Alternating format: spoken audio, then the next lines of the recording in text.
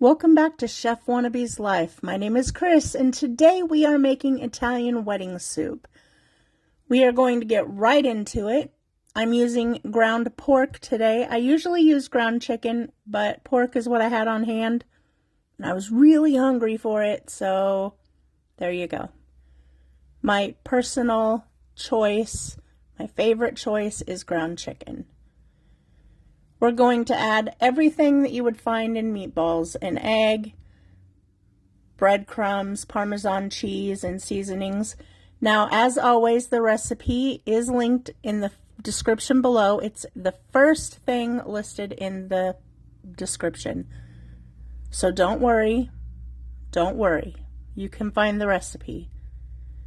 And there's lots of different options on the recipe as well.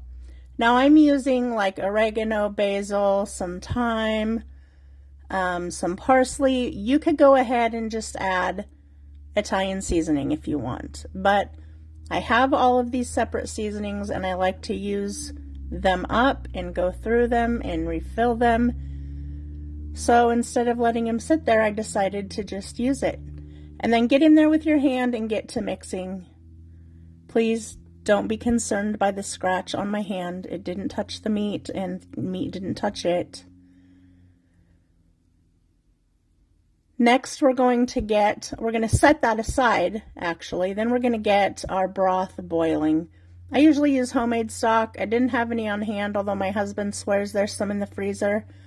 I just used it out of a box, and then I still added a little bit of a bouillon cube just to enhance the flavor. Look at that chickeny color. I love it. And we're going to get that going. You can use bouillon and water. Now here's the thing. I don't condone adding water to soup. Like, I don't. I don't have any understanding of why you would water down the flavor of your soup. If it's a budget issue, use the cheap little bouillon cubes with some water. But don't just add water just to add water, because then you just take away flavor.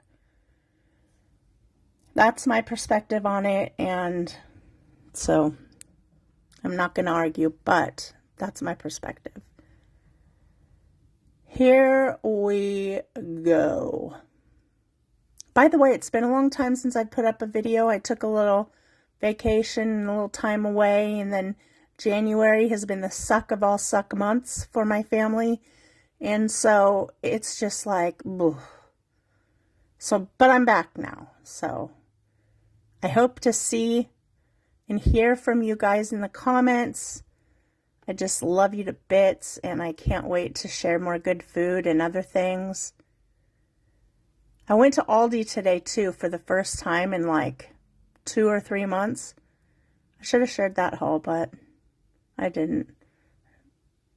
But you can be sure that I picked up my chocolate croissants. And how many of you have eaten at Cheddar's? And how many of you love the hot, warm croissants drizzled with the yumminess that they bring you?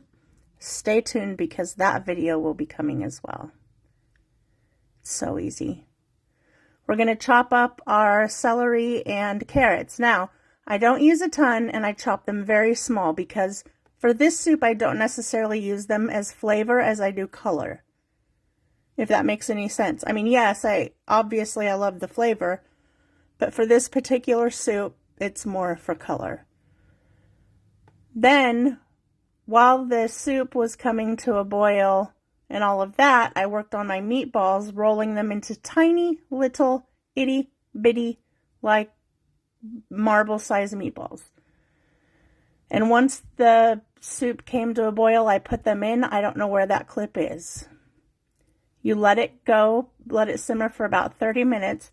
And then if you're eating all the soup at once, you can stir spinach right into the soup. I like to do it for every bowl. Sorry, I was doing this one-handed. It wasn't pretty. And stir the spinach in just to each individual bowl. It's delicious. Don't skip it. And then, I don't know why I didn't, but sprinkle a little parm on top, and there you go. So I hope that you enjoyed this video. I'll see you soon. Don't forget to eat good food. Bye, everybody.